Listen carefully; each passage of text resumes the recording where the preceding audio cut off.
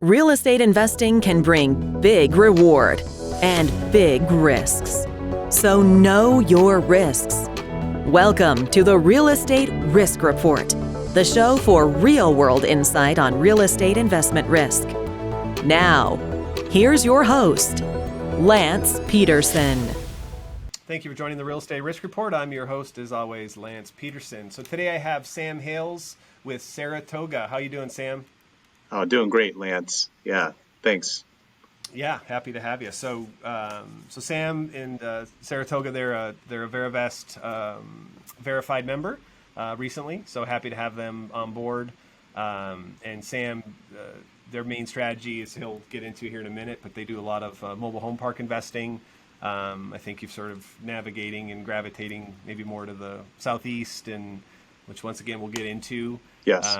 I think even for yourself, you've been more of a West Coast guy, but I think you were moving the family, I think I read, to more of a Tennessee or heading down southeast, and that's it. Yeah. So we'll kind of get into those things. But why don't you share with us before we jump into all the detailed stuff and get in the weeds? Just how did you end up getting into real estate? What was sort of your path into the business, and what led you to kind of decide to form your own firm?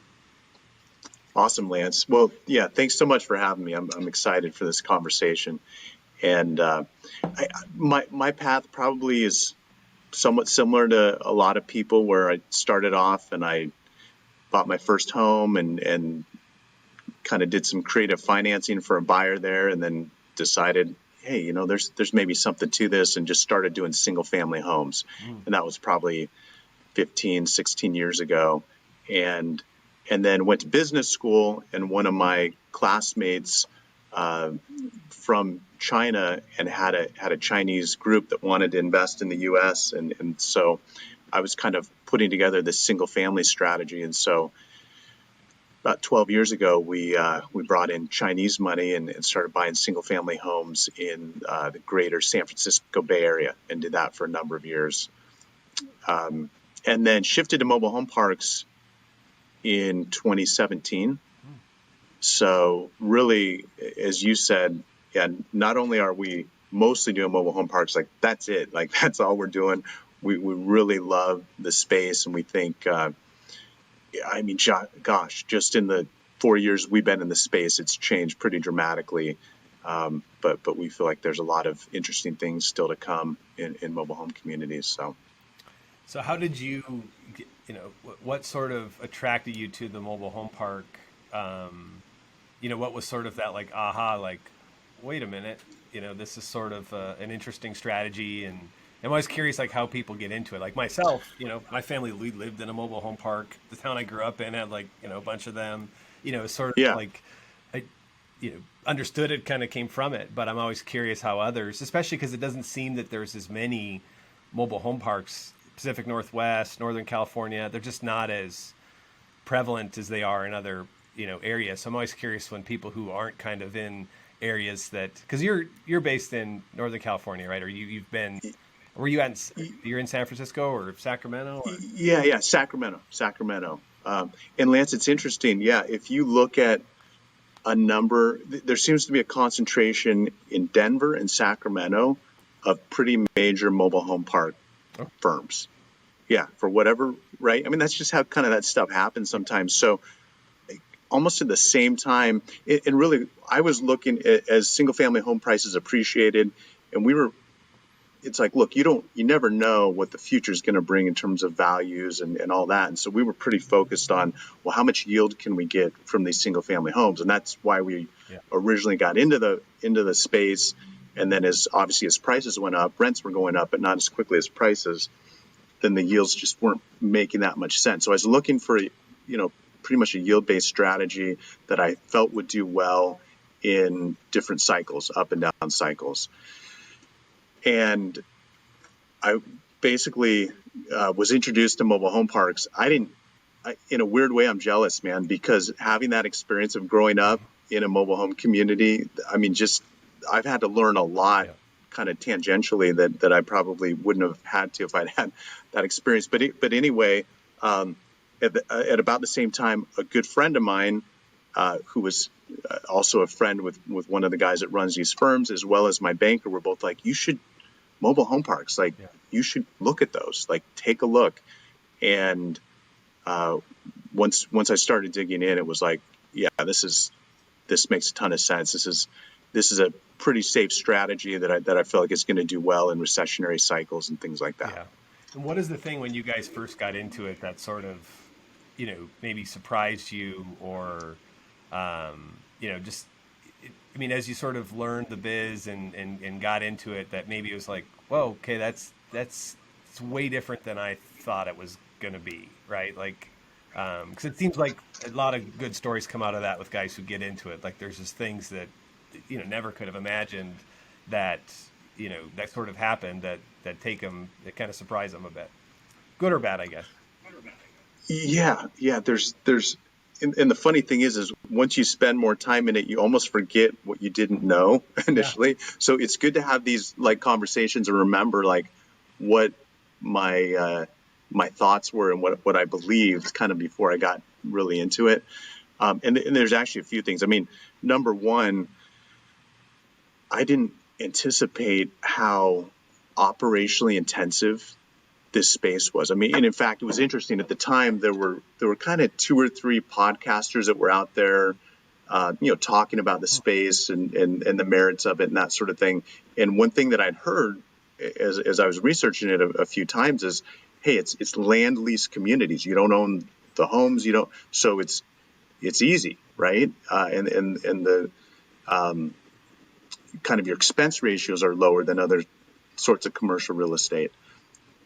And I found the opposite to be true. Now, part of that is we were looking at it as a value add strategy. So we were buying communities where it was kind of a mom and pop owner. They had operated it without just kind of like without real intent, right? So they hadn't reinvested in the communities. They hadn't brought in new homes, and a lot of times if they don't have very firm rules, what I found out is if they're not in charge, right, the owner, like somebody's in charge, and it's probably not who I as a new owner want to be in charge of that community. And so that was pretty surprising to me. I remember that was really eye opening.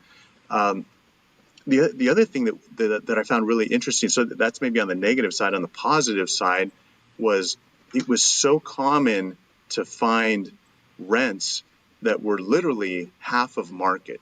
I mean, you think about commercial real estate, like where else is that going to happen? Where else are you going to buy an apartment building or an office building? And it's like the owner's like, oh yeah, we're charging $2 a square foot, and it turns out, market's $4 a square foot. Like that doesn't happen, no. Right? But in the mobile home park space, it happens all the time. And part of it is kind of to point A, these owners don't invest into the community, so they don't really feel good about, charging market because their place isn't market, right? I mean, like the amenities, the potholes in the road, just the issues that they have. And so that's the opportunity, is that as we go in and as we fix the roads and as we add a playground and as we add security lights and fencing and make it safe and clean, then bringing rents up to market over time, people don't balk at that at all because they want that in. They're okay with paying $300 a month instead of $150 if it means that it's safe and it's clean and the roads are in decent condition. Yeah. No. So anyway, I think you're right. Those are the things that I do hear often too. Right? It's just how intense they can be, and especially, but yeah, then also too, just like how much deferred maintenance and people, the fact that they just let them go and that you can get them. And once again, I mean, all things being equal, roads and those sort of CapEx types of things aren't, it all makes sense. I mean, the ROI is so, it's just right. It's right there. And then, yeah, I mean, for especially when you can find those sort of parks, I mean, I think that's the dynamic thing I want to hit on next, right? It's just that because you do have the notion that, of all the mobile home, you got so many pads, 100 pads, half of them, are occupied by mobile homes that the person owns, and then the other half is somehow owned by the park, right? being rented out. So Yep. it's like the Yep. renting them the mobile Yep. home and they're renting them, the dirt underneath it, right? And so it from I don't know as much about it as you do, but maybe you can kind of shed some light on this. It's just that seems like what's happening is that the institutionalization of these assets comes through going into these parks, bringing them up to market rent, and creating a base of mainly tenant-owned homes. And if you could Right. stabilize a That's park right. where the majority of the people own their own homes, you've executed your business plan. Yeah. Yeah. No, no, absolutely. It's interesting. So again, maybe myths and misconceptions that I had coming in versus what I've learned. So that's one of them, which is, and I would say again, this was a misconception that you would hear on these podcasts and kind of reading is like, hey, you don't want to buy a park where you own a bunch of homes. Like you don't want the park own home model, right?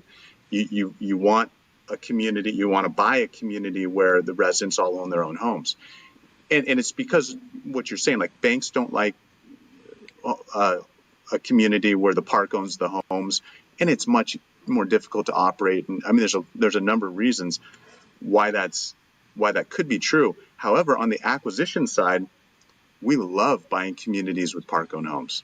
And what we've been able to do quite successfully is using a contract for deed or lease option model, kind of state specific. We transfer ownership of those homes to the residents. And we've had, we'll come in and buy these. I'm thinking of Greenville, South Carolina, where we purchased about 110 pads. And this was in November of 2020. So, just 7 months ago. And we pretty much have about 80%. It was all park-owned homes. We have about 80% of those now transitioned to home ownership through this kind of lease option model. We had single mothers crying. They were so happy and so excited to finally have a chance to own their own home. And we see it as a win-win because there's going to be a period of time where we get the income from the home, right? And then on the same vein, we're transitioning this community where people are now taking pride. I mean, there's like this inertia that's created, and just so many cool things that happen. I mean, another example is in Wichita, Kansas, where as we started to make these improvements, the residents were just so excited. They helped clean up the pool. They want to hold a raffle so that they can raise money to add more amenities to the community, and just things that you're like, man, I never would have thought like something that like that would happen. But the right kind of people want to own. They want to own in their life. They've rented almost everything in their life, and there's some people that just rent life generally, and like they don't want to own anything. And those aren't the people we want in our communities. Like we want ownership.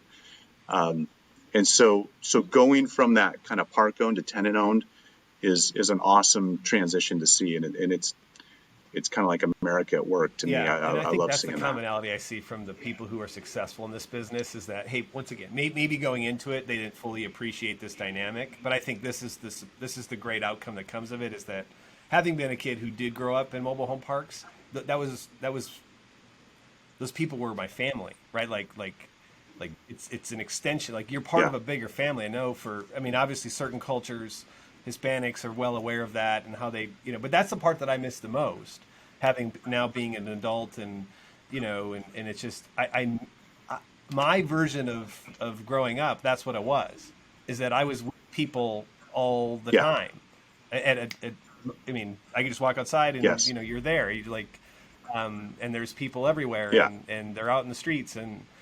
But I think that that's the secret sauce to being successful in mobile home is that if you don't think of it like you're building communities, right? It seems that you'll probably struggle because most of the people who go in and they can't win over the people who do live there. Once again, it's like you said, someone's running the joint, whether they're employed by it or not, figuring that out.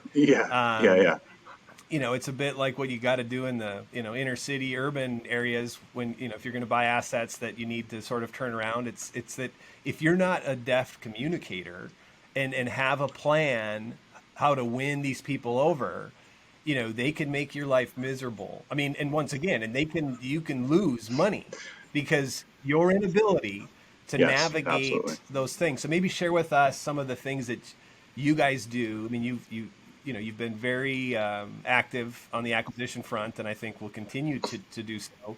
So I mean, Yeah. how have you built, how have you made that more of a scalable way of going in and ensuring that you don't lose, you don't lose a community on day two, right? That you sort of create that positive momentum heading in the right direction. Yeah. Well, and Lance, we haven't been perfect, right? We've certainly made some mistakes along the way, and I think learned some things.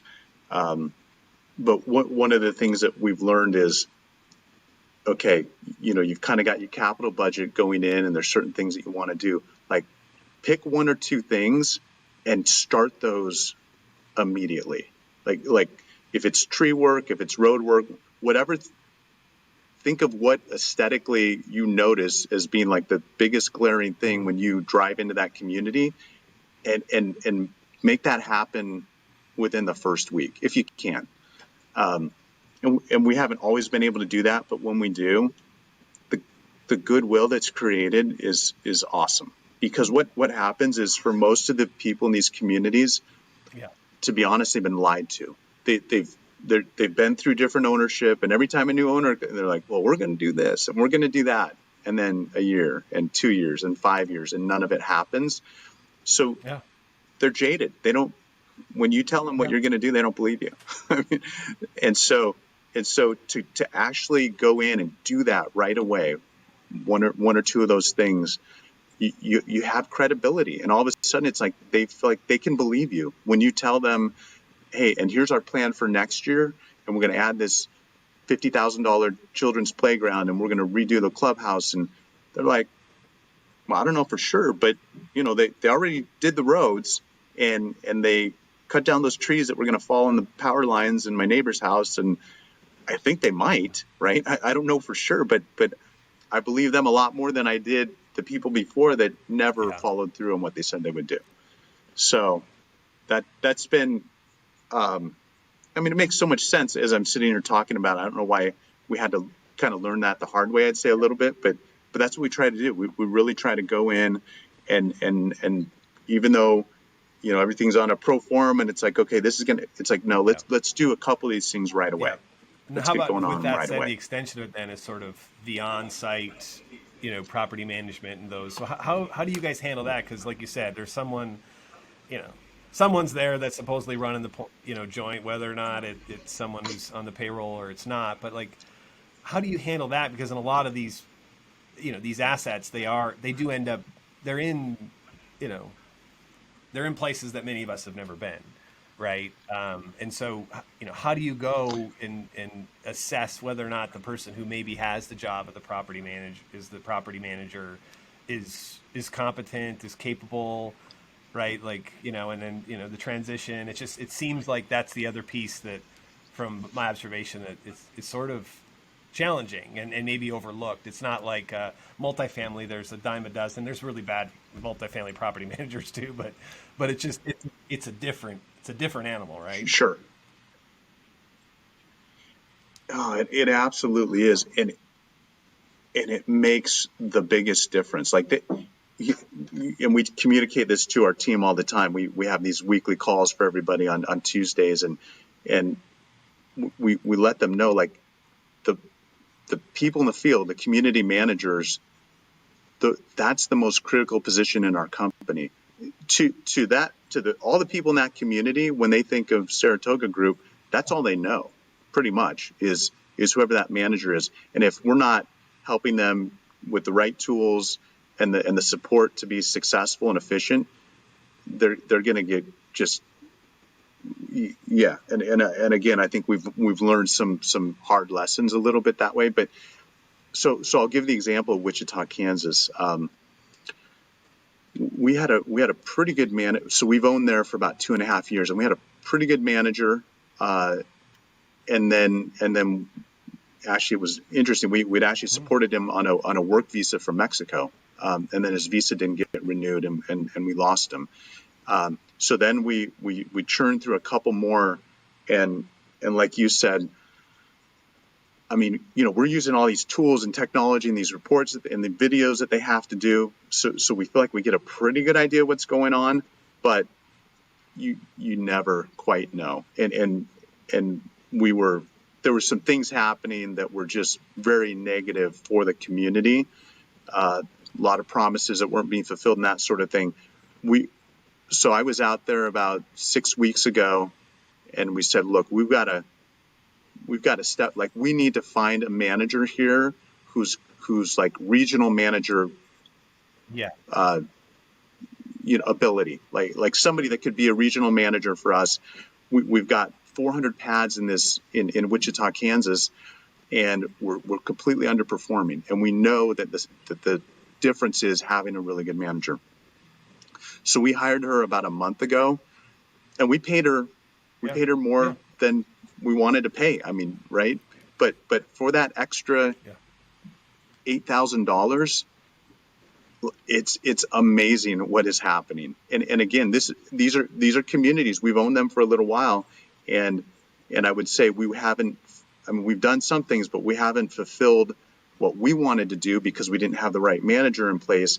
And now all of a sudden the roads are getting done, all these things are happening, and it's just this weekend my Google reviews for those two communities in Wichita, Kansas blew up with a whole bunch of 5-star reviews. And like that happens 95% because of that manager. I mean, we have the things in place to help her, but you have to have the right person that is going to build credibility, that cares enough to really make it happen. And just anyway, it's amazing how much the right manager makes a difference. Because it obviously, mobile home parks are sort of the darling right now, and rightfully so, right? I mean, there's the fundamental business model behind it is sound, especially when you do see institutional investors, their willingness now to, they're becoming institutional grade, which means it's a great exit. So I think for many, this is how I look at the world, right? I look at it like, okay, these things exist, they're needed, they're not building many new of, there's no new inventory of mobile home parks coming online. And most of it's mom and pop owned for the most part, and institutional investors have finally gotten their mind wrapped around it.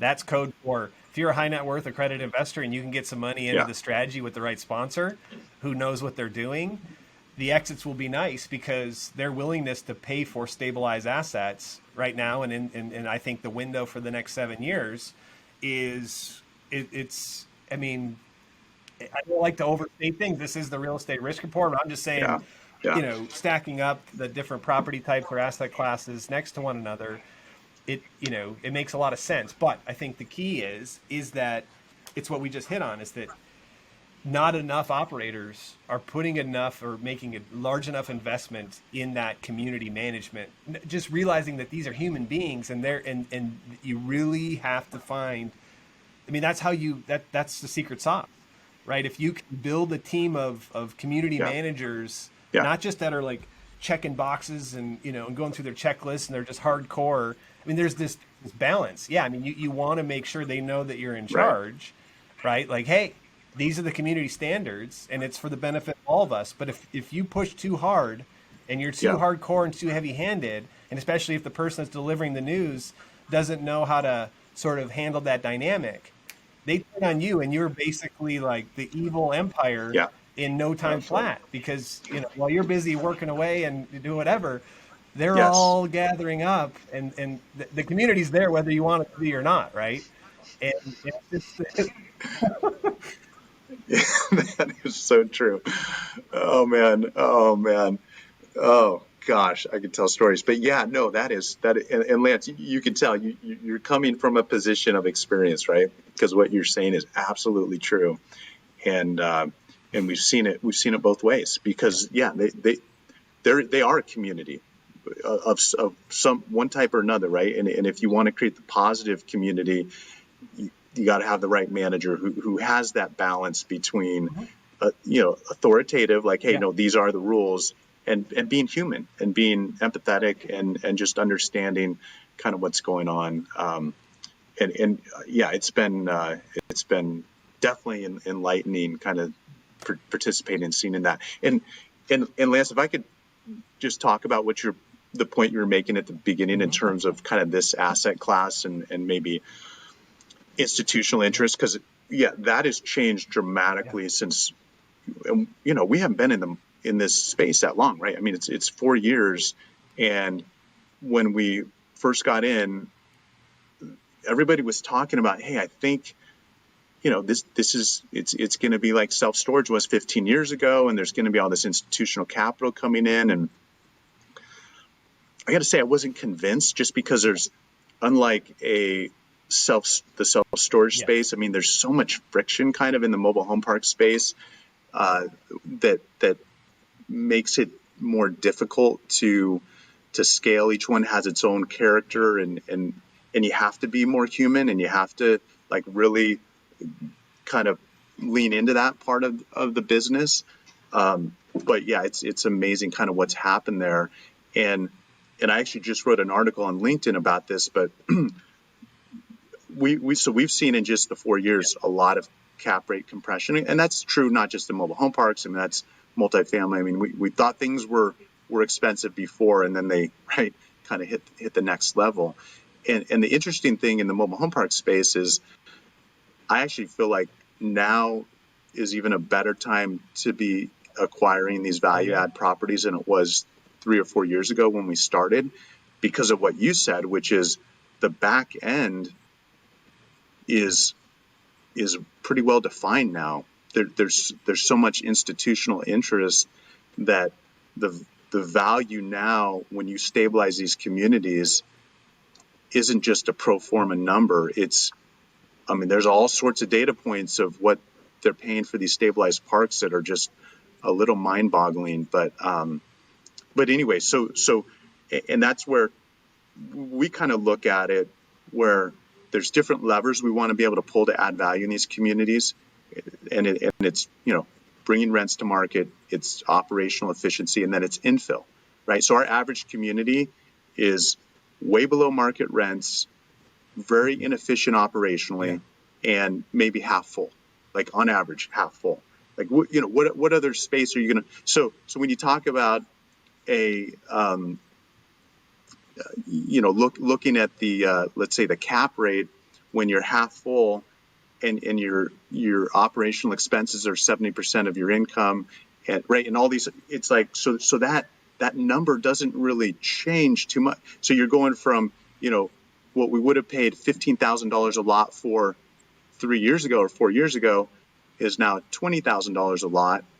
But today, once we stabilize it, it's worth 45 instead of 30. Yeah. So to me, I'm like, well, great. Like we like this new space that we're in, because we're not paying much of a multiple on the income, because the income's all from an goofy anyway. Perspective, a passive investor's perspective, it's important to understand that when stabilized, right? Because this is where it's not all multifamily deals are created equal, because if the operator is unable to stabilize that park, you could go backwards, right? Like you could literally, the thing could be worth less than it is today. Because like you said, when you go in and you've got, are you talking about physical occupancy, or you're just saying you've got mobile homes that don't have people living in them? You don't mean like lots with no mobile home on it, right? 50% or maybe a little bit of both. Yeah, a little bit of both. I mean, we've got extreme examples in both directions, but yeah, a little bit of both, where I'm just saying, economically, and it's actually about 55% across our portfolio at acquisition. 55% of those lots are paying rent when we buy, and some of them are a bunch of empty homes. Some of them are a bunch of empty lots. On a failed execution, right? Is that the people that were paying the rent, that did own their own homes, end up moving their mobile homes out of the park, right? Like that's what can happen to you, is that they're like, sorry, we're out of here. Right? Yeah. You guys are bozos and don't know what you're doing, and we're moving our trailer, which of course people think is never going to happen. But they're like, you know what? Some people like, I've had enough. Right? You're too heavy-handed. there's like $3,000 to move it from here to There's a the breaking park, or point. Absolutely. sell it to someone who'll put it on. Because another strategy people are executing is just buying an acre lot or 2 acre lot and just dropping a mobile home park on it and calling it, like that's some people that's another strategy that people are doing. So the Yeah. liquidity of Yeah. even the mobile home themselves, right? I mean, these things can, they can roll off once again, right? Like they've got wheels on them. You can move them off of there.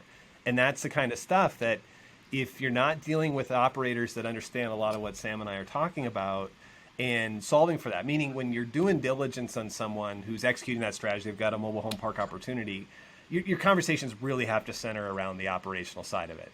You've got to make sure that you understand who's the team, how do you do it, where is it Absolutely. at, just all the operational questions you could possibly think of. You want to hear good answers, right? And if it because that's the hard part about this business is that there's a lot of people out there who are operating parks. They end up in the press. Just things can go sideways, which never happens at that same scale in a multifamily or something. People are like, oh, whatever. They move out, they give you a bad review, and life goes on. In these deals, like there's not enough depth. The fact that you have to somehow even getting a hold of Yeah. new trailers to move on to the thing is not a trivial matter. I mean, it's not a huge there's not a ton of those things That's right. around, right?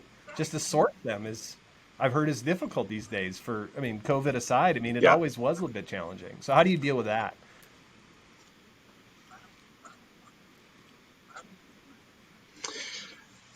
Yeah. So no, that's absolutely true. And our thesis has been when we bring in homes, we're going to bring in new homes. Yeah. Part of that is the used home market. Ever since we've been in the market, has been pretty tight. So 18 months ago, brand new home, we might pay $32,000, and the used home was maybe Yeah. 18.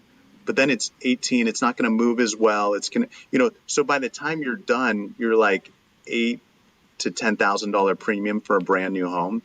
Like you're Yeah. going to get that premium when you lease option it or sell it.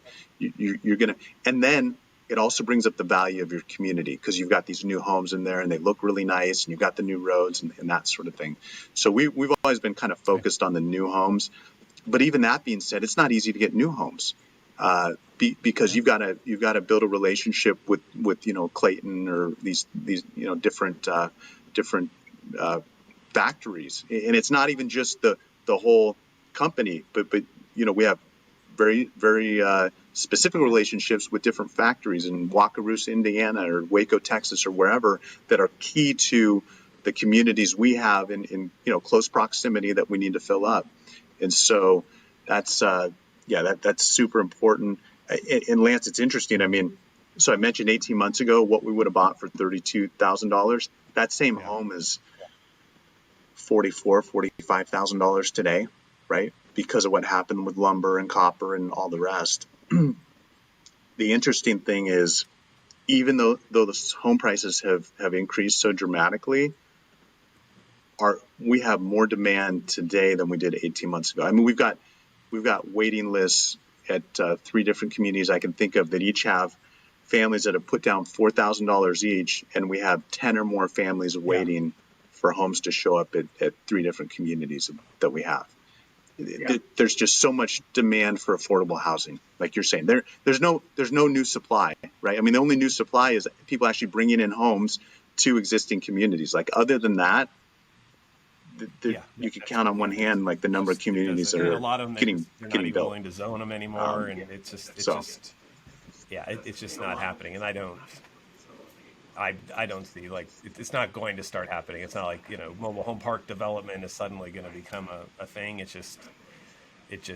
mean, because most people when they're looking at it and going highest best use of the land, it's still just tough to land on. Oh, I think a mobile home park's the highest and best use, right? They're like, no, we'll build apartments or because we do have there's a yeah, housing yeah, issue. I mean, yeah, it's reaching crisis proportions. I mean, I think you've got a lot of dynamics that are taking place right now, and I think that's the other piece of it is that yeah, I'd like to see more mobile home park investors view themselves as social impact investors. I know that some of these things can have like negative connotation because they're overused by people who don't yeah, believe them. But I mean, to me, it's social impact investing.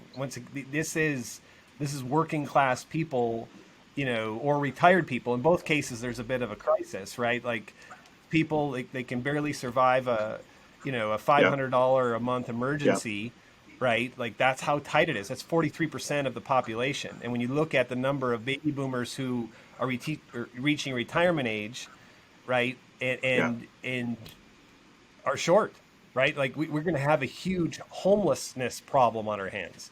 And so I think when you think about mobile home park investing in particular, it actually is a really, really good fit for, those sorts of people. I mean, those who just, the retirement fund didn't quite pan out the way they wanted it to.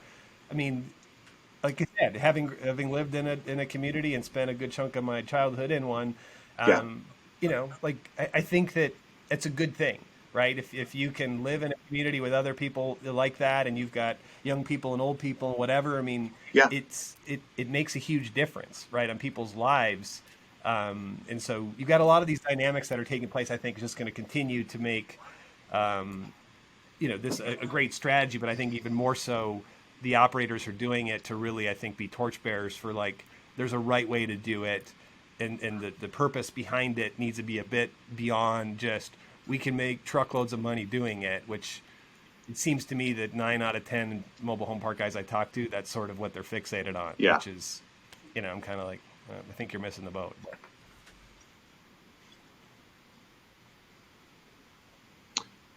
Yeah.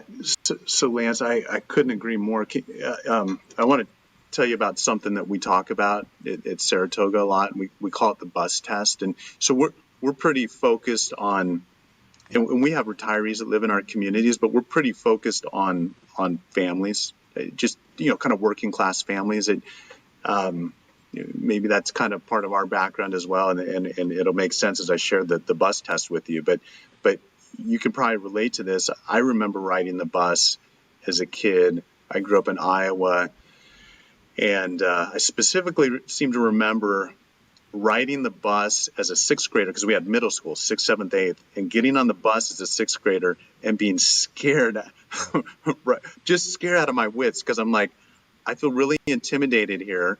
I don't I don't want to look different. I don't want to wear the wrong clothes. I don't want to say something to tick off the eighth grader sitting in the back of the bus or whatever. And it was just, you felt very vulnerable. And you do as a kid, you feel super vulnerable.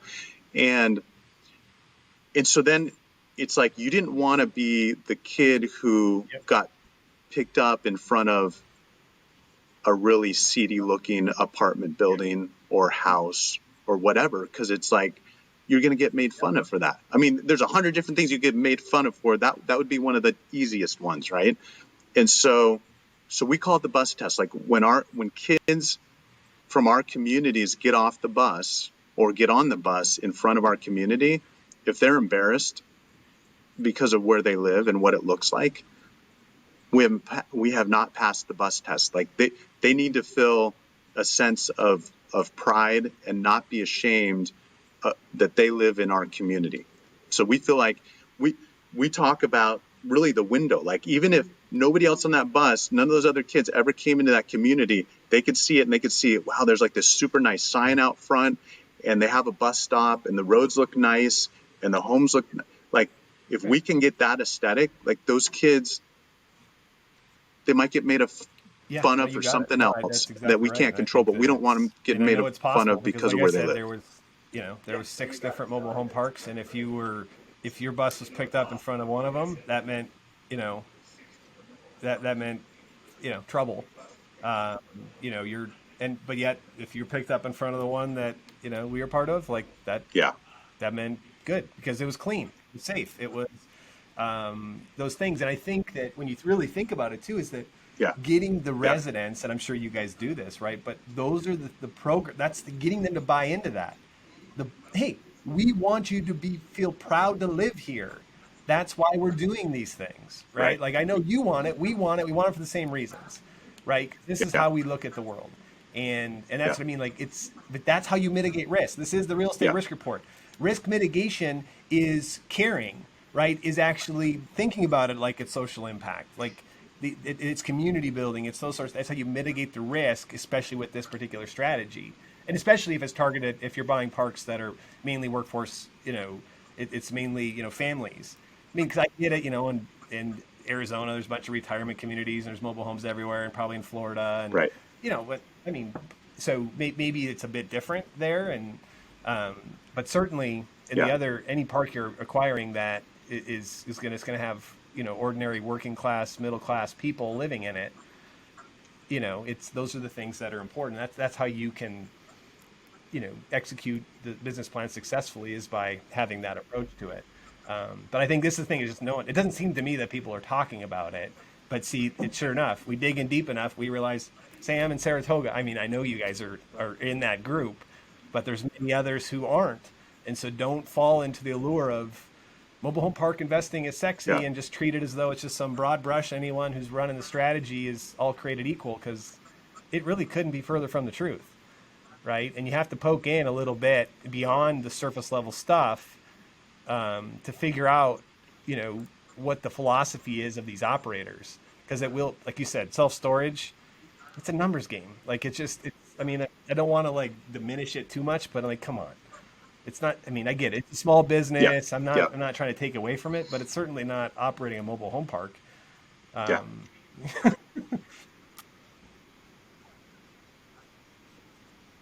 Yeah. Yeah. Yeah. No, no.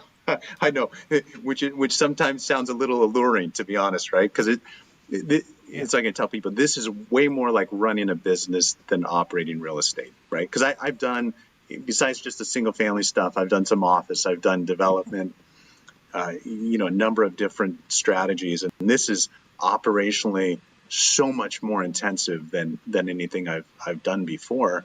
But that's the opportunity as well, because once you kind of figure that out, and it's like, okay, it really does matter, like these rules that we have, and how we implement them, and just the processes that we have, and those things matter a ton to the bottom line. So if we can get that stuff right, like we can make an outsized difference in like you said, building community, and that's the cool part. I really enjoy that, but it's challenging. It's just, and you have to be, I don't know, it's kind of like, to me, it's a little bit like your own family or your own kids. Like you have to be consistent. And so when we talk about the rules and the regulations, what you find out is most people in the community, like if we buy one of these communities that hasn't been operated very well, they're used to, everybody kind of picks and chooses which rules they want to keep, but so each resident might have something that it's like, okay, I want to be able to put my car on blocks and work on it, right? And that's their thing, right? But for somebody else, it's like, well, I want to have a pit bull, right? And so everybody kind of has and then you come and you say, no cars on blocks, no pit bulls, no, right? I mean, you kind of like you go down the list. Here's all the things you can't do, and that can seem onerous. But what you find out is most people, that pet thing or that pet rule that they want to break, they are more than willing to give that up if it means their neighbors don't have their cars on blocks anymore, right? So if you can, so then you just like, look, all of it all applies. Everybody has to do it, and you have to do all of them. Actually, people are much happier with that. They don't really care that much about having their car on blocks. They're like, well, hey, they're doing this, so I get to do my thing. And so we're like, no, we want to be consistent, we want to be fair, and it makes a better community for everybody if we all keep all the rules. Yeah, you got it. Yeah, and most people So don't want to be heard, right? It's the whole like, I want to tell you why it's so important that I have my pit bull or whatever, and you listen, and then then they realize like, yeah, but it's just, but that's what comes with mobile home park investing, and so you have to look at it that way. Yeah, good conversation. I'm just curious too. Is your move from Sacramento? I think you guys are moving to Tennessee. Is that to get closer to the assets? Is that part of it? That's a big part of it. I spend way too much time on an airplane, kind of right? And you lose a bunch of time going from here to there, and then once I'm there, I'm always it's like, okay, we're in Kentucky, we're in Tennessee, we're in North Carolina, right? Everything's pretty close from there, but getting out there, it just consumes a lot of time. So that's the biggest thing. It doesn't hurt that there's there's no income tax in Tennessee. Yeah. And it's pretty business friendly, and we're building a really nice team there in Knoxville, which is where our office is, and so that's kind of the what's driving it though. Cool. Yeah. No, that's exciting. So where can people learn more about Saratoga Group? Yeah, I would say probably LinkedIn would be the best thing. So just Sam Hales at Saratoga Group on LinkedIn, and we have a number of you can see kind of like our new offerings and articles that we've written and kind of the work that we're doing. We try to stay pretty active on that. But it's also saratogagroup.com. We have another website which is for our residents, which is SG, meaning Saratoga Group, sgcommunities.com, and that's where they can, find new homes that are available, new communities, and kind of log in and pay rent and all that sort of stuff. But yeah, that'd be the best way to learn about us. Cool. Awesome. Well, thanks so much for your time, Sam. Always enjoy our conversations. You have a great day. Yeah, Lance, hey, really appreciate it. Thanks so much. Yep.